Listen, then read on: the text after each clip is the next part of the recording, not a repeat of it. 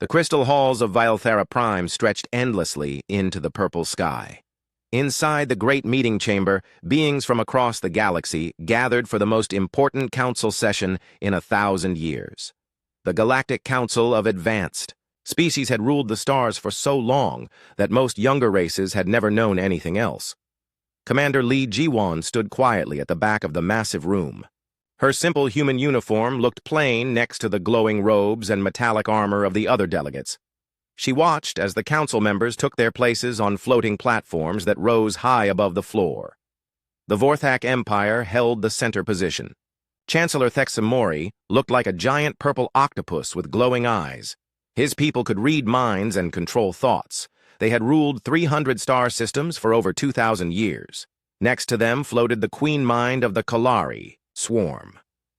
She appeared as a massive insect covered in living metal. Her species shared one giant mind across billions of bodies. On the far side hung the Nethran Collective. They had no solid bodies at all. Instead, they looked like dancing lights that changed colors when they talked. These energy beings could travel through space without ships and lived inside stars. 12 other advanced races filled the remaining seats. All of them had conquered the galaxy long before humans learned to make fire. Dr. Park Hyunwoo sat beside Lee Jae-won with a thick folder of reports. He had spent 5 years studying these alien races. His research showed things that worried him deeply. But every time he tried to share his findings, the council ignored him. They treated humans like children who would eventually learn their place. Captain Kim Min-seo stood guard near the entrance. Her hand rested on her weapon, though she knew it would be useless against most beings in this room. The security cameras and energy shields around the chamber could stop any human attack in seconds. But that was not what worried her. What worried her was how confident these aliens seemed. Chancellor Thexamori's voice echoed in everyone's mind without using sound. We gather today to discuss the human problem. In just 200 years, they have spread to 17 star systems. They build weapons we do not understand. They make thinking machines that should not exist. They refuse to accept their proper place in our order. The Queen Mind clicked her metal claws together. My scouts report that humans bond with each other in ways that make no sense. They fight harder when their companions are threatened. They share resources without being forced. This pack behavior makes them unpredictable. Li Jiwan stepped forward. Honored Council, may I speak? A wave of annoyed thoughts swept through the chamber. Chancellor Thexamori's eyes glowed brighter. You may speak, but be brief. We have important matters to discuss. Thank you. Li Jiwan's voice stayed calm even though her heart raced. The human government wants peace with all council races. We offer to share our technology and knowledge. We have medical advances that could help many species. Our fusion reactors are cleaner than anything currently used. We have developed new ways to grow food in space that could feed entire worlds. The Nethran Collective pulsed with cold blue light. Your offers are noted and rejected. Young races always think they have something valuable to contribute. You will learn that wisdom comes with age. Dr. Park Hyunwoo stood up. Please, let me explain what you are missing about humans. We are not like other species you have encountered. Our history shows patterns that you need to understand. Sit down, commanded Chancellor Thexamori. We have studied your species for decades. You are clever animals, nothing more. You have potential, but you must be guided by those with experience. Park Hyunwoo opened his folder anyway. Humans have survived ice ages, plagues, wars, and disasters that would have destroyed other species. We adapt faster than any race in known history. When we face impossible odds, we find new solutions. When our enemies are stronger, we become smarter. When our technology fails, we improvise. This is not just survival instinct. This is evolution in action. The Queen Mind made a sound like grinding metal. All young species think they are special. The Gorvani thought the same thing before we absorbed their colonies. The Takari believed they were unique before the Vorthak took control of their minds. You will learn your place just as they did. Li Jiwan tried again. With respect, those species never faced what humans have survived. We have fought wars against our own kind for thousands of years. We have learned to work together despite having hundreds of different cultures and languages. We have turned every setback into a step forward. Please do not mistake our willingness to cooperate for weakness. Chancellor Thex Mori probed her mind with his telepathic powers. What he found there made him pull back in surprise. Human thoughts were chaotic and layered in ways he had never encountered. Their minds held multiple contradictory ideas at the same time. They could believe in peace while preparing for war. They could trust their enemies while watching for betrayal.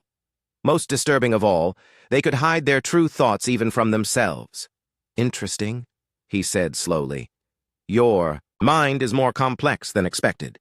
But complexity is not the same as strength. Captain Kim Min-seo watched the alien faces carefully. She had been trained to read body language from dozens of species. What she saw worried her greatly. These beings were not just dismissing human warnings. They were planning something. Dr. Park Hyun-woo pulled out more documents. I have detailed studies of human military history. When humans are attacked, they do not just fight back. They study their enemies and find weaknesses. They turn their opponent's strengths against them. They make alliances with anyone willing to help. Most importantly, they never stop learning from their mistakes. The floating delegates began talking among themselves in languages that hurt human ears to hear. Finally, Chancellor Thex Mori spoke again. We have heard enough. The Council will now vote on Containment Protocol Sigma. Lee Ji-won felt cold fear wash over her. What is Containment Protocol Sigma? A preemptive military action to prevent future problems, replied the Queen Mind. We will disable your industrial capacity and remove your weapons. Your colonies will be placed under Council protection. You will be given technology appropriate for your development level. This is for the good of galactic peace. You are talking about an unprovoked attack on peaceful settlements, said Lee Ji-won. Our colonies have families, children, scientists, artists, people who have never hurt anyone. The Nethran Collective pulsed with bright yellow light. No one will be harmed unnecessarily. We are not monsters. We simply recognize a threat before it grows too large to handle safely. Dr. Park Hyun-woo stood up again, his voice urgent. You are making a terrible mistake. Human history is full of examples of what happens when someone attacks us without warning. Pearl Harbor led to Hiroshima. The Holocaust led to the Nuremberg trials. 9/11 led to 20 years of war. When humans are pushed, they push back. 10 times harder. Empty threats from a primitive species, said Chancellor Thex Mori.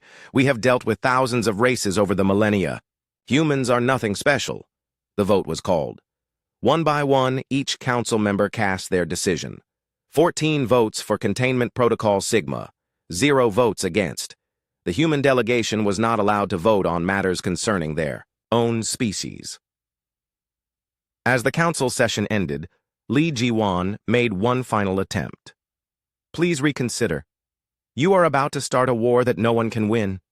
Humans will not submit quietly. We will fight with everything we have.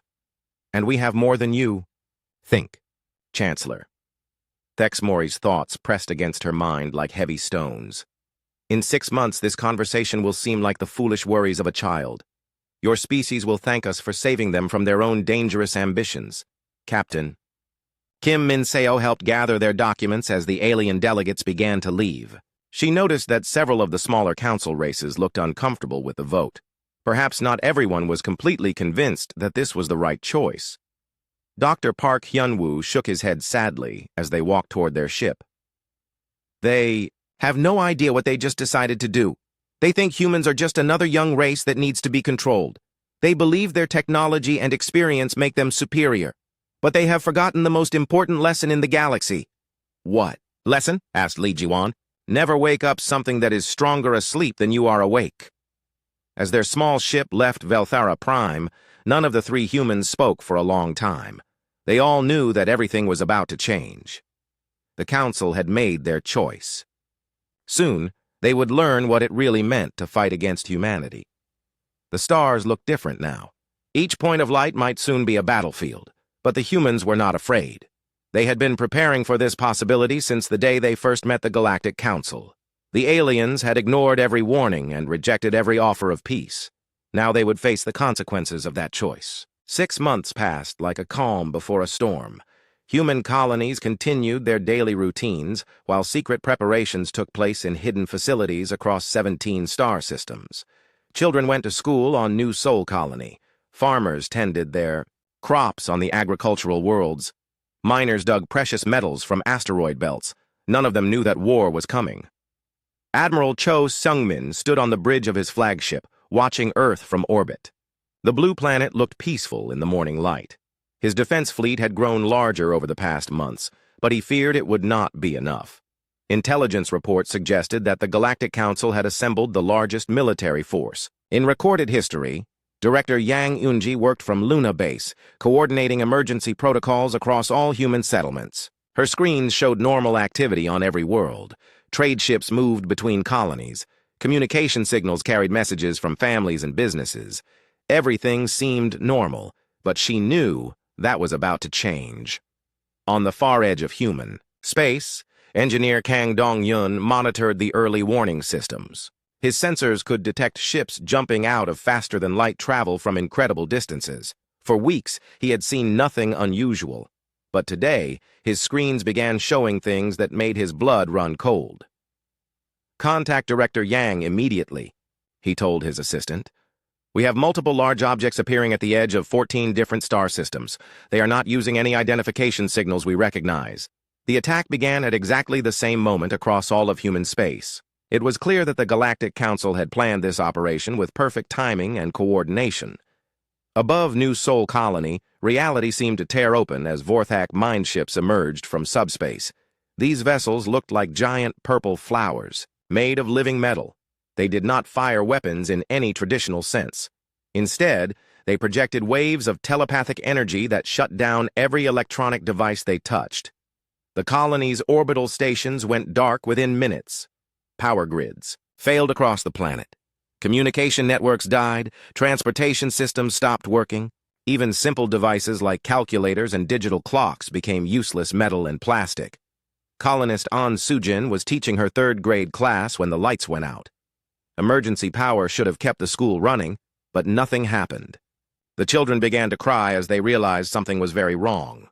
Sujin looked out the window and saw that the entire city had gone black.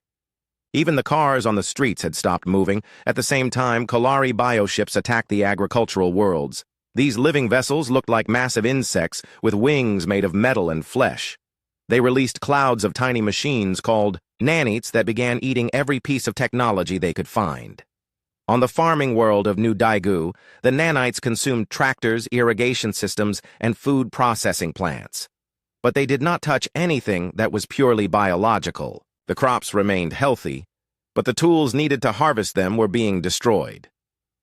Farmer Lee Junho watched in horror as his automated milking system dissolved into gray dust. His cows were unharmed, but without the machines, he would have to milk them by hand. Across the planet, similar scenes played out as modern farming technology vanished before people's eyes.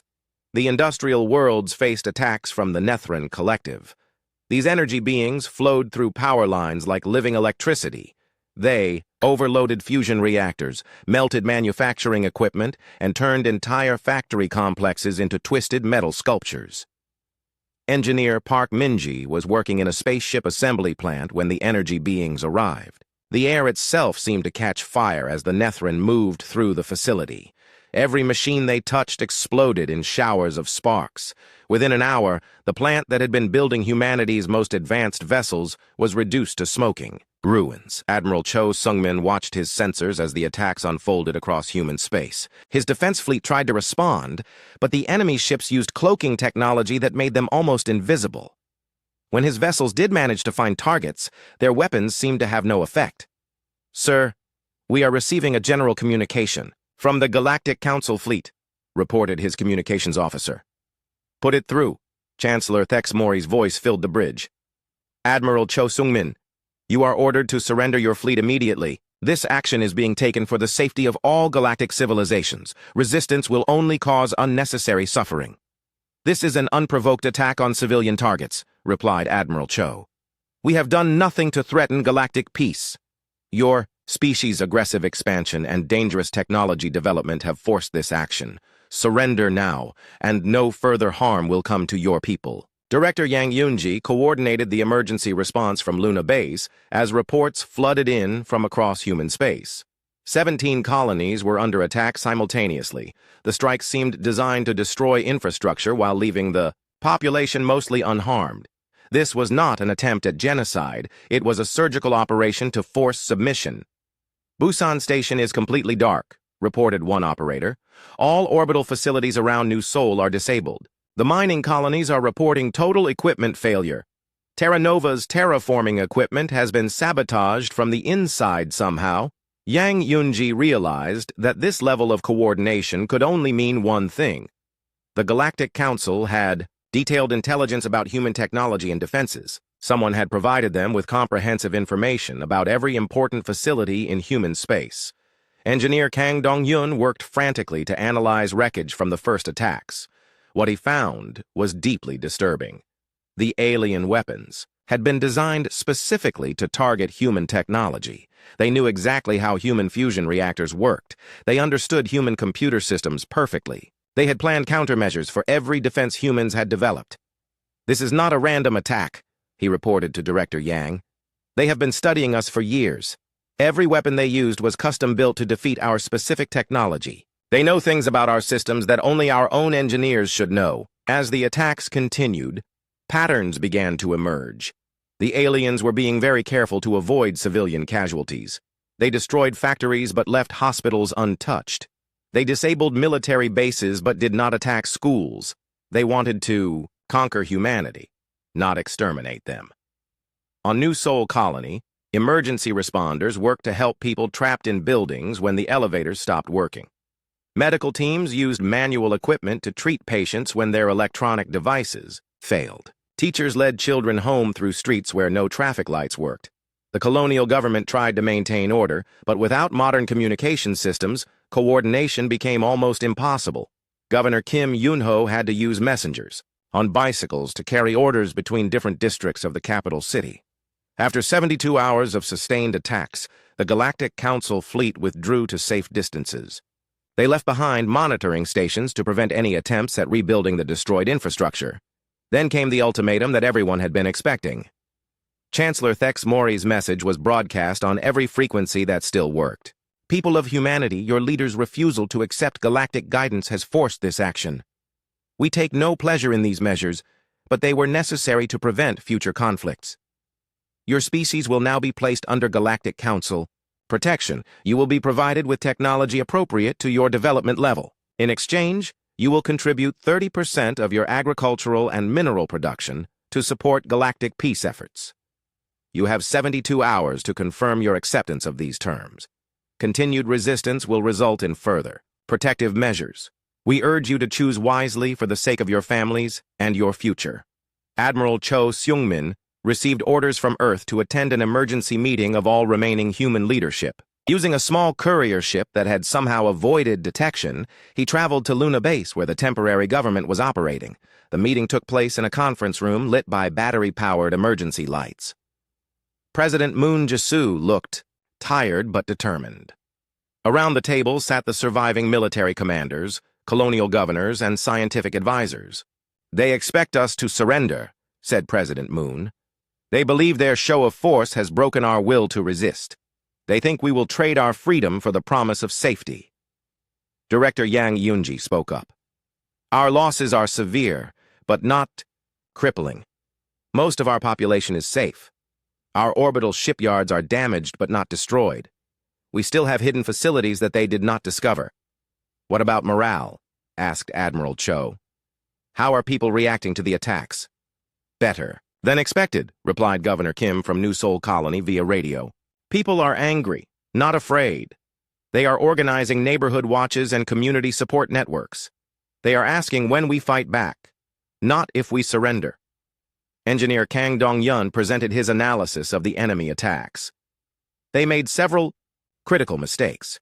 First, they assumed destroying our technology would cripple us completely, but humans have always been good at improvising solutions.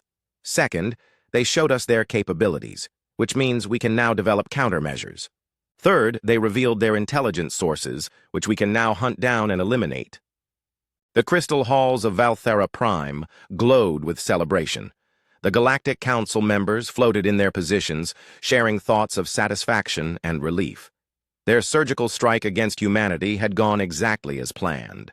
The primitive species had been contained before they could become a real threat. Chancellor Thex Mori projected waves of contentment to the assembled delegates. Operation Stellar Cleanse has achieved total success. Human industrial capacity has been reduced by 87%. Their military fleet is contained in their home system. Their colonies are operating at pre-industrial levels. The Queen Mind of the Kalari swarm clicked her metal claws together in approval. My nanites consume their manufacturing equipment perfectly. They can no longer build weapons or ships. They are dependent on us for any advanced technology.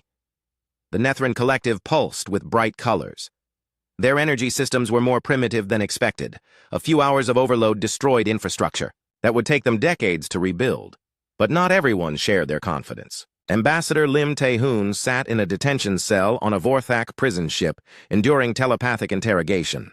Chancellor Thex Mori visited him personally, curious about the human response to their defeat. Your species has surprised me, Thex Mori said, his purple tentacles writhing as he probed Lim's mind. Most races surrender immediately after such a demonstration, yet your people seem more angry than afraid. Lim Tae-hoon looked up at his captor with tired but determined eyes. That is because you do not understand what you have done. You think you have won a victory. In reality, you have just made the worst mistake in galactic history. Thex Mori pressed deeper into the human's thoughts, seeking the source of this confidence. What he found there confused him greatly. Human minds were unlike anything he had ever encountered. They held multiple contradictory thoughts at the same time. They could plan for peace while preparing for war. They could trust their allies while suspecting their motives. Most disturbing of all, humans seemed to hide important thoughts even from themselves. Lim Tae-hoon genuinely believed that humanity would eventually win, but he could not explain why. The belief was buried so deep in his mind that it felt like instinct rather than logic. Your confidence is misplaced, Thex Mori said finally. Your fleets are destroyed. Your technology is gone. Your people are scattered across 17 worlds with no way to coordinate resistance. Lim Tae-hoon smiled sadly. You still do not understand. You have studied our technology and our military capabilities, but you have never studied what makes us human. Meanwhile, on a hidden research station in the asteroid belt, Dr. Shin Yuna worked frantically with her team to analyze captured alien technology. The Galactic Council had made one critical error in their attack. They had used their advanced weapons openly, giving humans the chance to study them. The Vorthak mind control technology requires direct line of sight, reported her assistant, Technician Nam Ji-woo. Their telepathic projectors cannot penetrate solid barriers or work through electronic interference. Dr. Shin studied the samples from Kalari bioships. These nanites are incredibly sophisticated, but they have a fatal weakness. They are programmed to ignore anything that registers as alive by their standards. If we can make our technology appear biological, they will not attack it. The research team's biggest discovery came from analyzing Nethran energy patterns.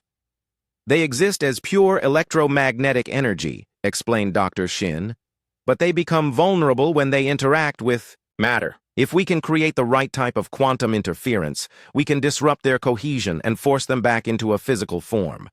Captain Bei Jinwan coordinated resistance activities across human space. What the Galactic Council did not realize was that humans had been preparing for exactly this scenario since their first contact with alien civilizations. Hidden weapon caches, underground bunkers, and secret communication networks had been established on every human world. The Council's occupation forces reported strange incidents from the beginning. Supply convoys disappeared between settlements. Automated systems turned hostile without warning. Soldiers suffered from coordinated attacks that seemed to anticipate their every move. On New Sol Colony, the Vorthak occupation commander, General Vextal, found himself dealing with problems he had never encountered before. Human resistance fighters did not attack his forces directly. Instead, they used psychological warfare that slowly wore down his troops' morale. Human children left drawings of purple octopuses being eaten by Earth animals on walls where Vorthak soldiers would see them. Restaurants served food that smelled delicious to aliens but tasted terrible. Music played from hidden speakers at frequencies that caused headaches in Vorthak physiology. These humans are more devious than our intelligence suggested, General Vexthal reported to Chancellor Thex Mori. They do not fight like warriors. They fight like what? Demanded the Chancellor. Like parasites. They get under our skin and make us uncomfortable without ever directly challenging us. The Kalari faced different problems on the agricultural worlds. Their bioships needed to land periodically to feed on organic matter. But every time they did, they found that the local plant and animal life had been subtly poisoned. Not enough to kill the bioships, but enough to make them sick and sluggish.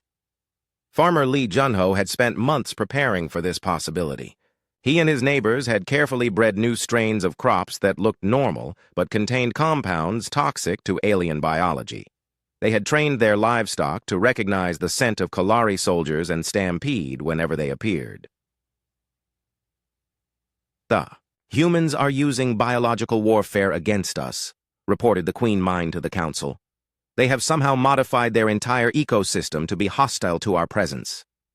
The Nethrin Collective faced the strangest problems of all. Human settlements had begun using quantum computers for everyday tasks. These devices created electromagnetic interference that made the energy beings feel nauseated and disoriented. Humans claimed they needed the computers for basic operations, but the Nethrin suspected this was deliberate harassment. Tech specialist Oh Jinwoo led teams of human hackers who infiltrated alien communication networks. They discovered that the Galactic Council species had grown dependent on their advanced technology. The Kalari hive mind required constant communication between the Queen Mind and her drones. Disrupt those signals, and entire fleets became paralyzed. They have been so successful for so long that they have forgotten how to adapt, Oh reported to his superiors. Each species has developed one perfect method of conquest and never learned to do anything else. Field Marshal Ro Deho studied the occupying forces and developed strategies that turned alien advantages into weaknesses. The Vorthak relied on telepathic coordination, so human soldiers were trained to think in chaotic patterns that overloaded psychic sensors. The Kalari used overwhelming numbers, so humans avoided large battles and focused on small, precise strikes. The Nethrin moved too fast for conventional weapons, so humans created traps that forced them to slow down. As weeks passed, the Galactic Council began to realize that their contained humans were becoming more dangerous, not less. Resistance activities increased instead of decreasing. Human morale remained high despite their technological disadvantages. Most troubling of all, humans seemed to be learning and adapting faster than their occupiers. Something is wrong, Chancellor Thex Mori admitted during a private council session. Human behavior does not match any pattern we have observed in other conquered species. The Queen Mind's mental voice carried undertones of worry. My drones report that humans are not behaving like a defeated population. They act like they are winning a war we cannot see.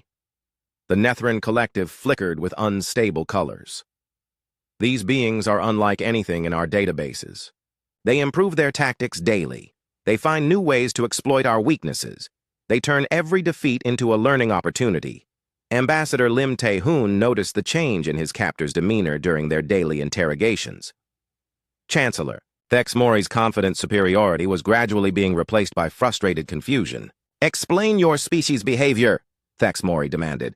We have superior technology, overwhelming firepower, and thousands of years of experience. Yet you act as if victory is inevitable. This makes no logical sense. Lim Tae-hoon leaned back in his chair and spoke with the patience of a teacher addressing a slow student. You made the same mistake that every human enemy has made throughout our history. You assumed that technology and firepower determine the outcome of conflicts.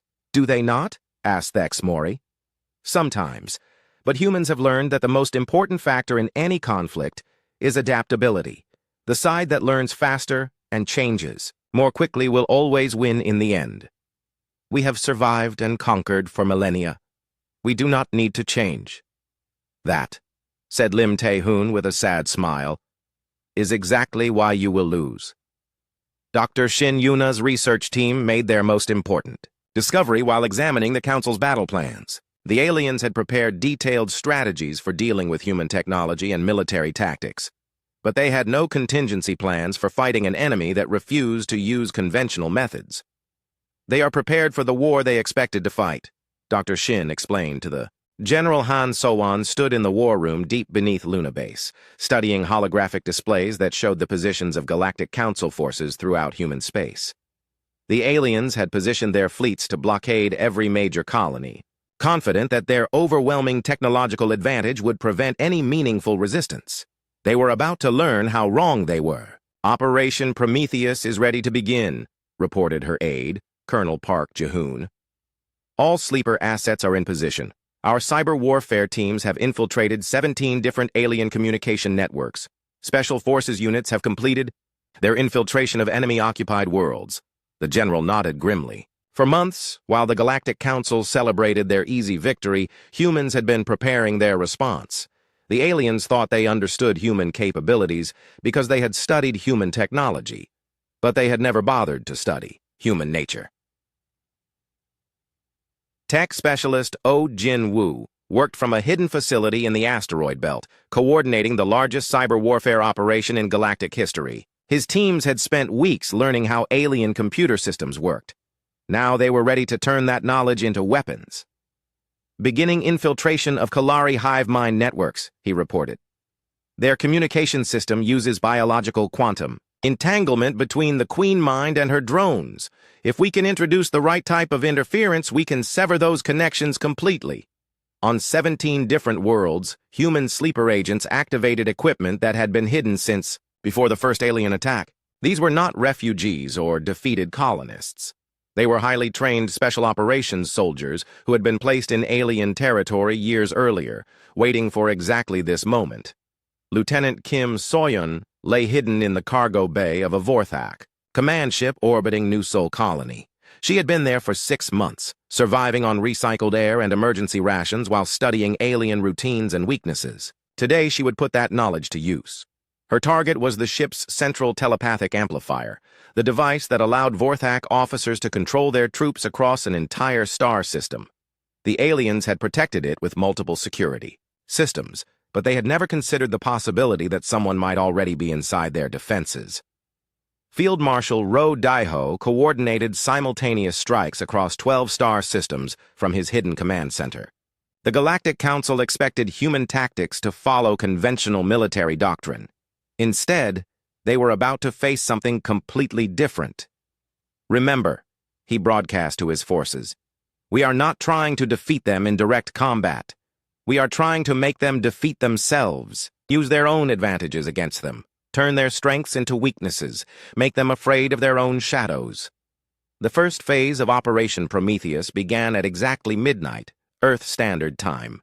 Across alien-occupied space, human cyber warfare teams launched coordinated attacks against communication networks, targeting the specific weaknesses that Dr. Shin Yuna's research had identified. Oh Jin-woo's team struck at the heart of the Kalari hive mind. They introduced a virus into the Queen Mind's communication stream that created feedback loops in the biological quantum entanglement system. Within minutes, Kalari drones across 3 star systems lost contact with their central intelligence. Queen Mind. Offline, reported one of his technicians. Kalari forces are showing signs of confusion and disorientation. They are reverting to basic defensive patterns. The effect on Kalari bioships was immediate and devastating. Without constant guidance from the Queen Mind, the living vessels began making independent decisions.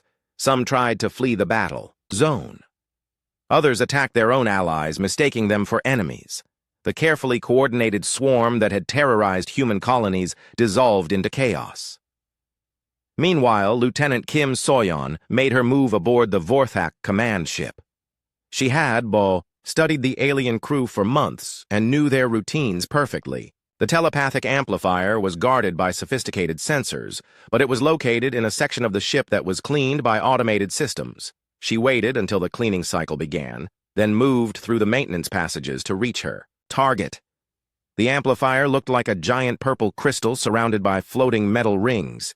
Kim So-yeon attached a small device to its base and activated it. The device was not a bomb or a computer virus. Instead, it generated the specific type of electromagnetic interference that Dr. Shin's team had discovered could disrupt Vorthak telepathy. The effect was like setting off a flashbang grenade inside the minds of every Vorthak on the ship. Chancellor. Thexmori felt the disruption from his flagship 3 light-years away. The sudden silence where the new Sol command ship should have been was like losing one of his senses. Panic spread through the Vorthak fleet as their telepathic network began failing in multiple locations. "We are under attack," he announced to the Galactic Council. "The humans have found a way to disrupt our communication systems." The Queen Mind's response was fragmented and difficult to understand. "My children cannot hear me. Scattered like leaves. What is happening?" The Netheran collective pulsed with unstable colors. "Unknown interference patterns detected across 17 locations. Our energy forms are experiencing severe disruption.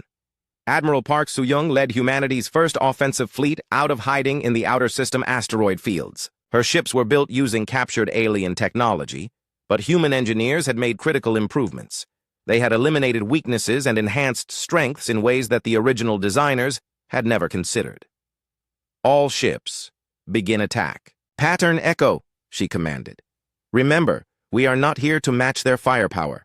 We are here to demonstrate that human innovation beats alien tradition every time. The human fleet moved in ways that confused alien sensors. Instead of the rigid formations that most galactic species used, they employed fluid tactics that changed constantly. Their ships split into small groups, merged back together, and disappeared into sensor shadows before striking from unexpected directions. Captain Lee Wanbin's Special Forces teams emerged from hiding on occupied worlds throughout human space.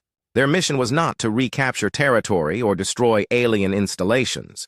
Instead, they focused on what humans did better than any other species: making friends. The Galactic Council had been oppressing minor species for thousands of years. These smaller civilizations had been forced to serve as laborers, soldiers, and suppliers for the Council's war machine. But they had never been given the opportunity to fight back against their oppressors. Captain Lee's teams made contact with underground resistance movements on alien worlds. They offered these oppressed species something the Council never had: genuine partnership and technological exchange. "We are not here to conquer you," Captain Lee explained to a gathering of Zephyrian rebels on their crystalline homeworld. "We are here to offer you a choice. You can continue serving masters who see you as tools, or you can join allies who see you as equals." The response was immediate and overwhelming.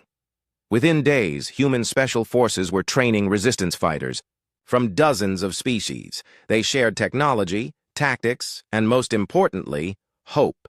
Dr. Jung Han-sol's Biological Warfare Division activated their most subtle weapons. They had spent months developing targeted pathogens that affected each alien species differently, not to kill, but to create strategic disadvantages that would accumulate over time. The Vorthak began suffering from mental static that made their telepathy unreliable. They could still read thoughts, but the information was often garbled or delayed. The Kalari bioships developed something like an autoimmune response, attacking their own systems and becoming increasingly sluggish. The Netheran energy beings experienced power fluctuations that forced them to spend more energy maintaining their cohesion. These are not random attacks, Chancellor Thexmori realized during an emergency council session. Every strike targets our specific biological and technological weaknesses. The humans have studied us more carefully than we studied them. The most disturbing discovery came when Galactic Council intelligence analyzed the pattern of human attacks.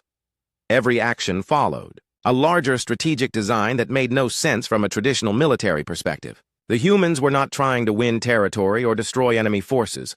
They were systematically dismantling the foundations of Council power. "They are fighting a completely different war than the one we prepared for," admitted the Queen Mind. "We trained to defeat human technology and tactics, but they are not using either." Engineer Kang Dong-hyun's analysis teams worked around the clock to understand captured alien equipment. Every weapon that the Council used against humans was eventually turned back on its creators, but improved and more effective than the original. "The aliens have been using the same basic technologies for thousands of years," he reported to the military leadership. They have perfected their tools, but they have stopped innovating. Human engineers can take their designs and find improvements that never occurred to them. The psychological impact on Galactic Council forces was perhaps more devastating than the physical attacks. For millennia, they had been the undisputed masters of the galaxy. Every species they encountered either submitted immediately or was quickly crushed. The concept of facing an enemy that grew stronger under Admiral Park Soo-young stood on the bridge of her flagship as it emerged from hyperspace at the edge of the Vorthak home system. Behind her, the largest human fleet ever assembled stretched across space like a constellation of angry stars. These ships bore little resemblance to the vessels that had been destroyed in the Council's initial attack. Human engineers had spent months studying captured alien technology, but they had done more than simply copy it. They had found the flaws that centuries of overconfidence had allowed to develop. They had eliminated weaknesses and enhanced strengths in ways that the original designers had never imagined. "All ships report ready for Operation Thunder," announced her communications officer, Commander Nam Ji-hyun. "Our allies from the Zephyrian Resistance and the Gorvani Liberation Front are standing by." Admiral Park smiled grimly. The Galactic Council had ruled through fear for so long that they had forgotten their own history. They had conquered dozens of species over the millennia, but they had never bothered to ask what those conquered peoples really thought about their rule. Captain Lee Wanbin's Special Forces teams had spent months making contact with oppressed civilizations throughout Council space. What they found was centuries of buried resentment waiting for someone to provide the spark of rebellion. Dr. Jung Hansol monitored his biological warfare division from a secure facility in human space. His team had developed increasingly sophisticated weapons that targeted the specific physiologies of Council species. But these were not designed to kill. Instead, they created strategic disadvantages that accumulated over time. "The latest batch of targeted pathogens is ready for deployment," reported his assistant, Dr. Kim Hyejin. "The Vorthak variant will cause increasing telepathic interference. The Kalari version will disrupt hive-mind coordination. The Nethran pathogen will cause energy fluctuations that make it difficult for them to maintain solid form." Dr. Jung nodded approvingly. "Remember, we are not trying to commit genocide. We are trying to level the playing field, make them fight on our terms instead of theirs." On the occupied world of New Sol Colony, the resistance had grown from scattered cells into a sophisticated underground army. The Vorthak occupation forces found themselves facing a population that refused to be intimidated.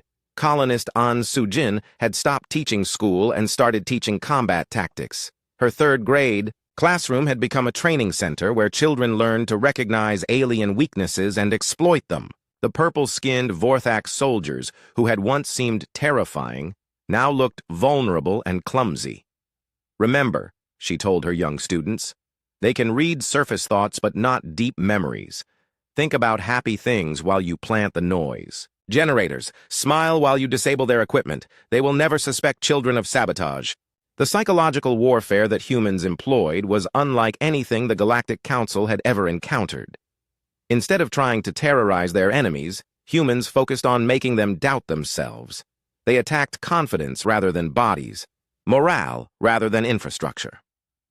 Tech specialist Oh Jin-woo had evolved his cyber warfare techniques far beyond simple system infiltration.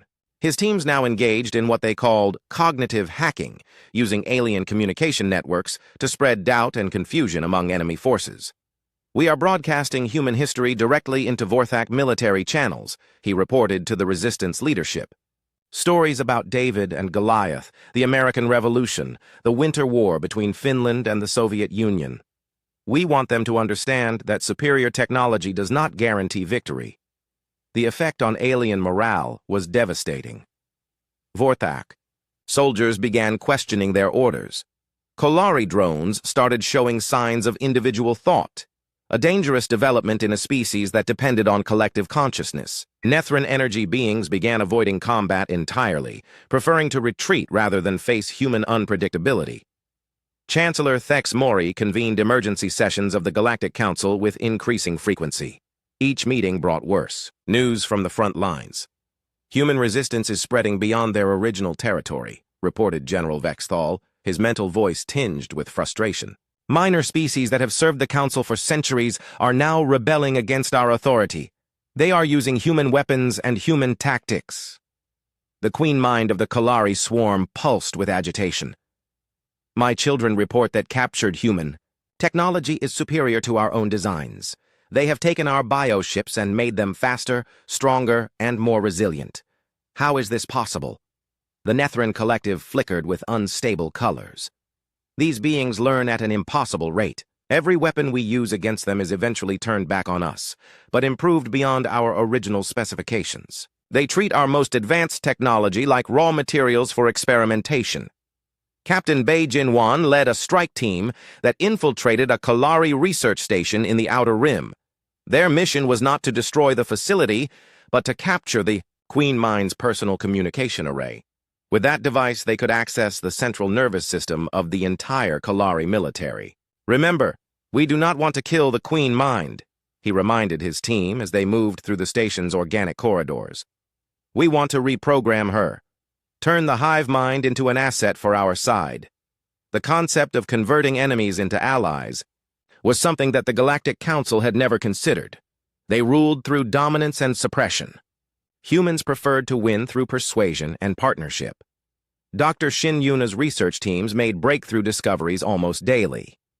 They had learned that Council species had become so specialized in their areas of expertise that they had lost the ability to adapt to new situations. The Vorthak have perfected telepathic warfare, she explained in her latest report, but they have no backup plans if their mind control abilities are compromised. The Kalari have created the ultimate biological weapons, but they cannot function if their hive mind is disrupted. The Nethran can manipulate energy like no other species, but they become helpless if forced into physical form. Engineer Kang Dong-hyun coordinated the construction of humanity's most ambitious project, a new type of warship that combined technologies from all three major Council species. The hybrid vessel could use Vorthak telepathic amplifiers to confuse enemy communications, Kalari biotechnology to repair damage automatically, and Nethran energy systems to travel faster than light without traditional engines. We call it the Unity class, he explained to Admiral Park Soo-young. It represents everything the Galactic Council could have achieved if they had worked together instead of competing for dominance. The first Unity-class ship was launched from a hidden shipyard in the asteroid belt. Its maiden voyage took it directly into the heart of Vorthak space, where it demonstrated capabilities that shocked both human and alien observers. The ship could phase between normal space and subspace, like a Nethran energy being. It could regenerate damage using biological processes copied from Kalari technology.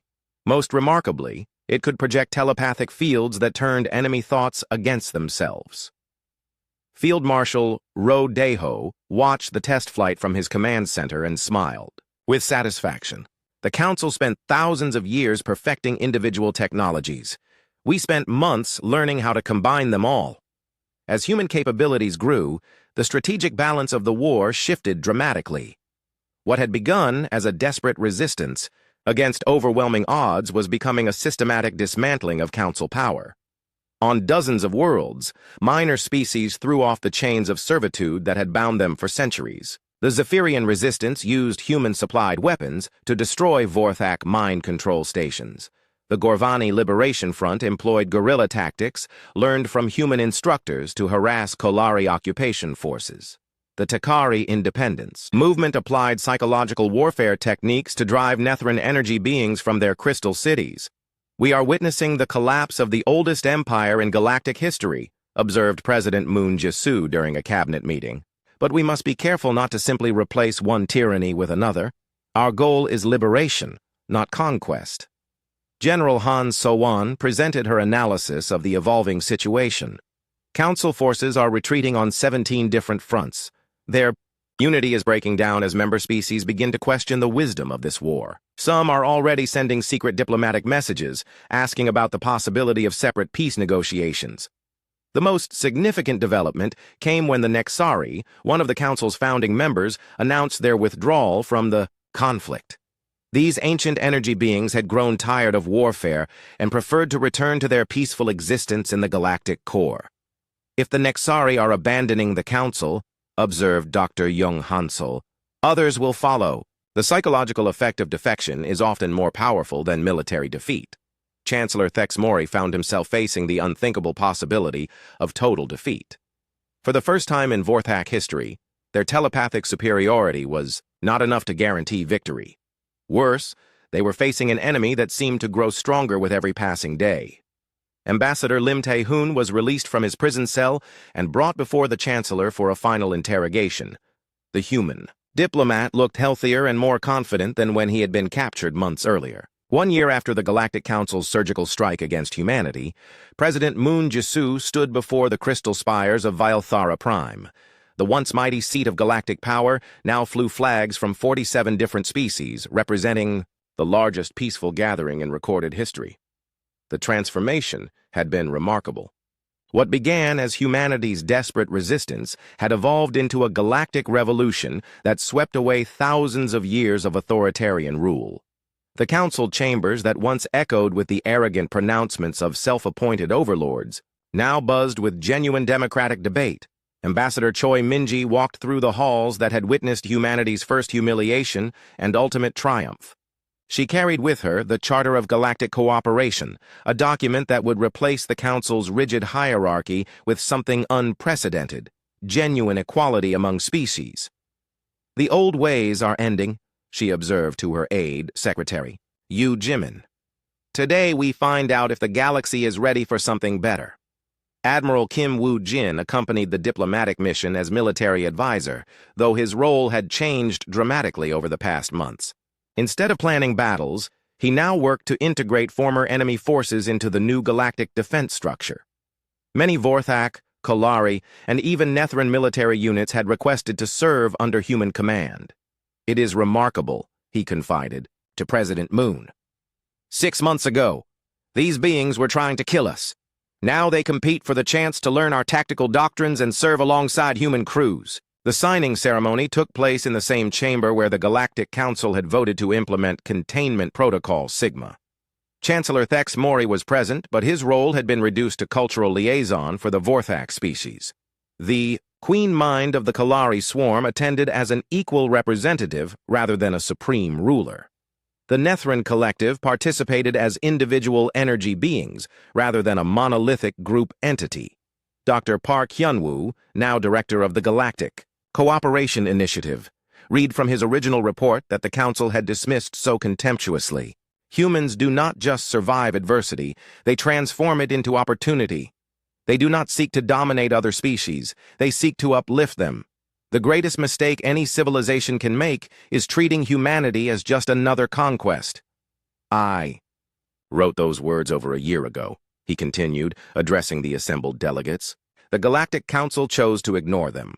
Today, we gather to ensure that no future government makes the same error." The Charter of Galactic Cooperation contained principles that would have seemed impossible under the old system. No species could claim superiority over others. All technological advances would be shared freely among member civilizations. Conflicts would be resolved through negotiation rather than force. Most importantly, any species that chose to remain independent would be protected from forced integration. "We learned something important during this war," President Moon explained to the gathering. "Diversity makes us stronger, not weaker. The Council's greatest error was trying to impose uniformity on a galaxy that thrives on variety."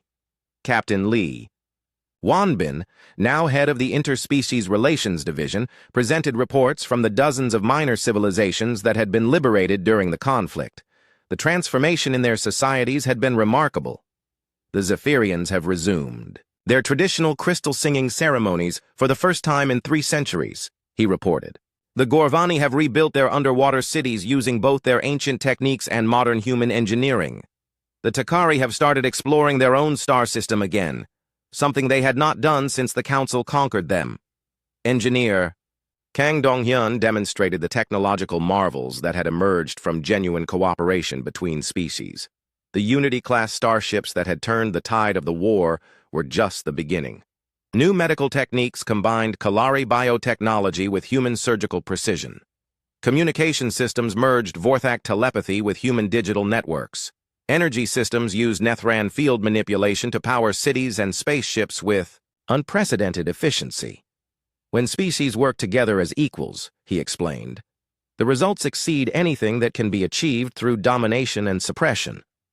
The most dramatic moment of the ceremony came when former Chancellor Thex Mori addressed the assembly. The proud Vorthak leader who had once dismissed humanity as primitive animals now spoke with the humility of someone who had learned a hard lesson. "I was wrong," he said simply, his telepathic voice carrying undertones of genuine regret. "We were all wrong. We believed that age meant wisdom, that power meant righteousness, that tradition meant correctness. The humans taught us that none of these assumptions were true. They showed us that wisdom comes from learning, not from living long.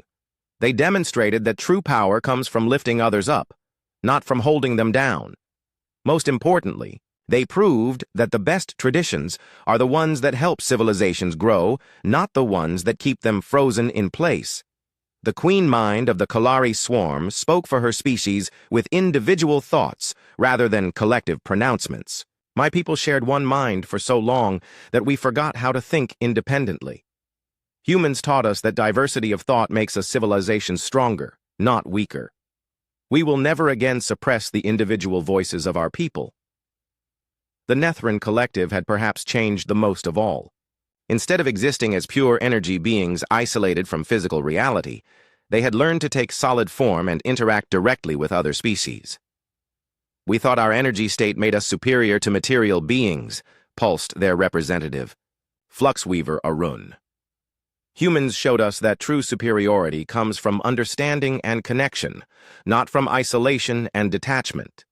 Dr. Shinyuna presented her research on the psychological transformation that had occurred throughout the galaxy. Fear-based systems create compliance but destroy innovation. When beings are afraid to make mistakes, they stop trying new ideas. When they are afraid to question authority, they stop growing intellectually. The Council's rule had created a galaxy full of brilliant species that had stopped advancing because they were too scared to challenge the status quo. Humans changed that by demonstrating that it was possible to question authority and survive. Once that precedent was established, suppressed civilizations throughout the galaxy began rediscovering their own potential. The ceremony concluded with the formal signing of the charter by representatives from all 47 species. Each delegation added their unique cultural symbols to the document, creating a work of art that represented the diversity and unity of the new galactic order. President Moon Jisoo spoke the final words of the ceremony. "Today we close the chapter on the age of the Galactic Council, but we do not do so with hatred or vengeance. We do so with the hope that future generations will look back on this moment as the beginning of something better. We have learned that peace cannot be imposed through force. Prosperity cannot be achieved through exploitation. Progress cannot be made through suppression. These lessons were written in blood and sacrifice across hundreds of worlds. Let us never forget their cost. From this day forward, the galaxy belongs to all its children equally. May we prove worthy of the trust they have placed in us." Admiral Park Soo-young stood on the observation deck of her flagship as the ceremony concluded. Around her, vessels from dozens of species formed a protective formation that would have been impossible under the old system. Vorthak mined ships flew alongside human cruisers. Kolari bioships shared patrol routes with Zephyrian crystal vessels. Nethran energy beings danced between the hulls of material ships in patterns that represented joy rather than warfare. "It is remarkable," she observed to her aide, Captain Song Minwoo. "1 year ago, we were preparing to fight a desperate defensive war against impossible odds. Today, we command the largest peaceful fleet in galactic history." 10 years later, Dr. Park Hyun-woo published his comprehensive study of what historians were already calling the Galactic Revolution. His book, The Species That Refused to Surrender, became required reading at academies throughout known space. In it, he wrote, "The Galactic Council made the same mistake that tyrants have made throughout history. They confused temporary advantage with permanent superiority. They assumed that initial success meant inevitable victory. They believed that superior technology could replace superior strategy. Humanity's greatest achievement was not military victory over a more powerful enemy. It was the demonstration that cooperation produces better results than domination. We did not defeat the Galactic Council through superior firepower. We defeated them by offering their subjects something better than servitude. The signs had been there all along. Every species that the Council had conquered retained the potential for greatness. Every civilization that had been suppressed still possessed unique gifts that could benefit the galaxy.